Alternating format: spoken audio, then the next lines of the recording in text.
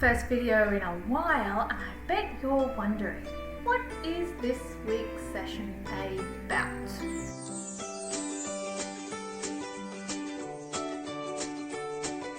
Well, today's session is about questioning. Now, questioning is so important, not just in the classroom, not just in your learning journey, but in life in general.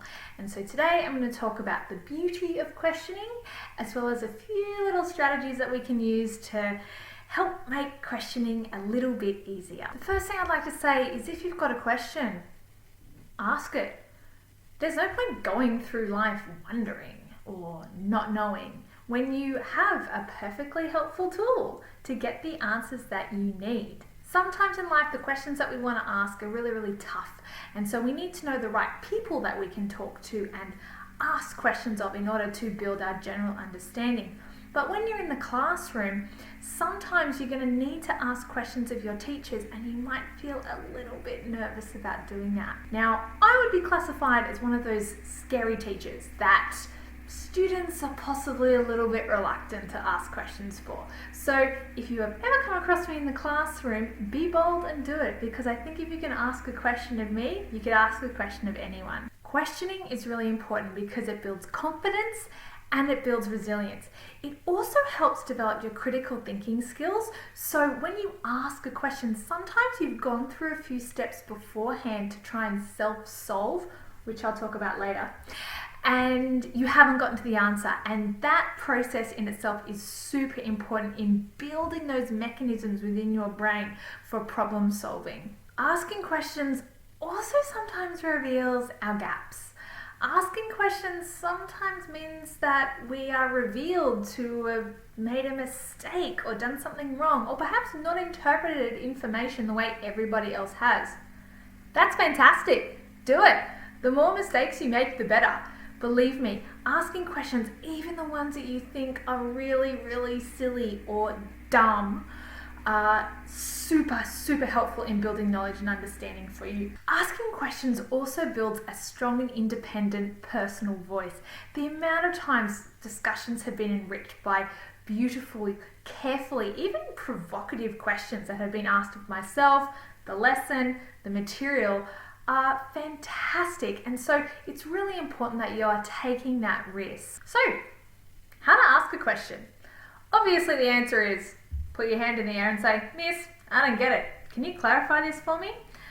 But also there are a few other strategies that are helpful in asking.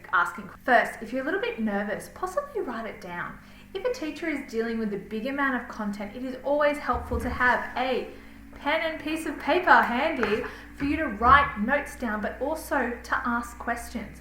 Even if you're writing a section of analysis or content down, putting a little dash and writing a question mark next to it so you can come back to it as your own little symbol to indicate that you need further clarification is helpful. That way, when the rest of the class is busy working, you can call your teacher over and be like, "Miss, sir, can you clarify this for me, please?" Another strategy that I mentioned earlier with questioning that's really important is implementing self-solve strategies. So, while I say there aren't stupid questions, I will say that in my teaching career, sorry juniors, you're mostly responsible for this, students spend a lot of time fretting and questioning things that are largely insignificant. Questions like, do I need to underline this heading? How wide should the margin be? What color pen should I use to respond to this? Do I start a new page? Generally, when we get to high school, it's on you. The way you structure your notes is completely up to you, your style, your vibe. I think it's really important that you think, is this a question that I can solve myself?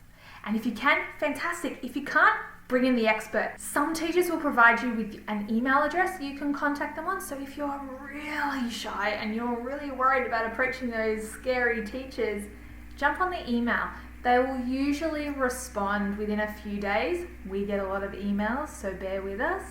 But this is another great way of seeking some clarification on something. More often than not, the teacher will see the email and be like, "Oh, right, I would love to sit down with that student and have a chat about what they're struggling with in the class," and they'll probably want to speak to you in person. So just be prepared for that. believe it or not, most teachers actually want to help our students get to where they need to be. So sometimes you might just need to suck it up and enjoy that one-on-one conversation. You could also come to the staff room. Now, again, as a member of a staff room, that is a pretty scary staff room to approach. This can be super intimidating. So bring a friend or multiple if you need, but knock on the staff room door, preferably at lunch. We barely get time for recess as it is, so we do need a break occasionally. But knock on the door and say, "Miss, I'm really sorry to interrupt, but is now a good time? I have a couple of questions about what has happened in class." Lastly, just from a teacher's perspective, questioning is super helpful for me. I wish I had the psychic abilities of some or any fictional or science fictional character, but I don't.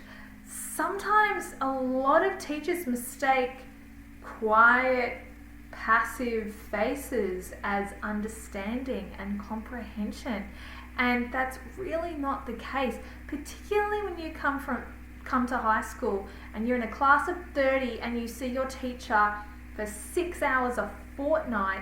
It's really hard for your teacher to get a really clear understanding of where you're at and what you're struggling with.